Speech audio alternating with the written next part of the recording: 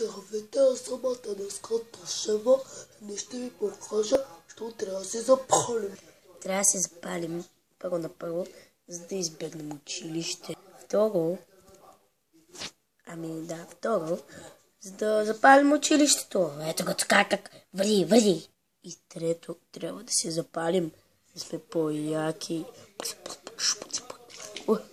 Чакай. Аз бях гома подскачета. Хубаво, че спадах някак. А някои хора палят, защото ги е страх. И не разбирайте да се запалят и да се запалят, а да палят като бегане. Аз съм Гриус, а вие гледате оцеляване на предела.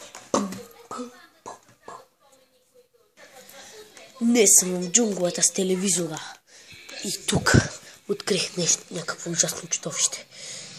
Казва се котката. Погледаме!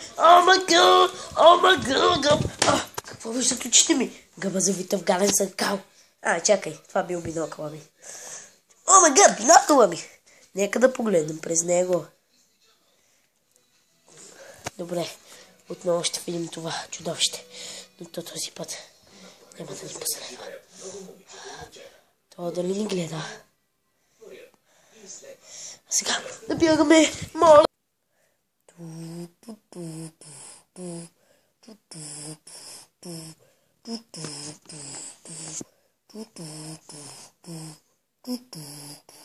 А сега време за издънки.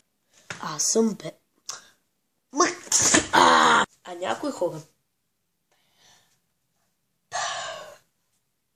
Това е...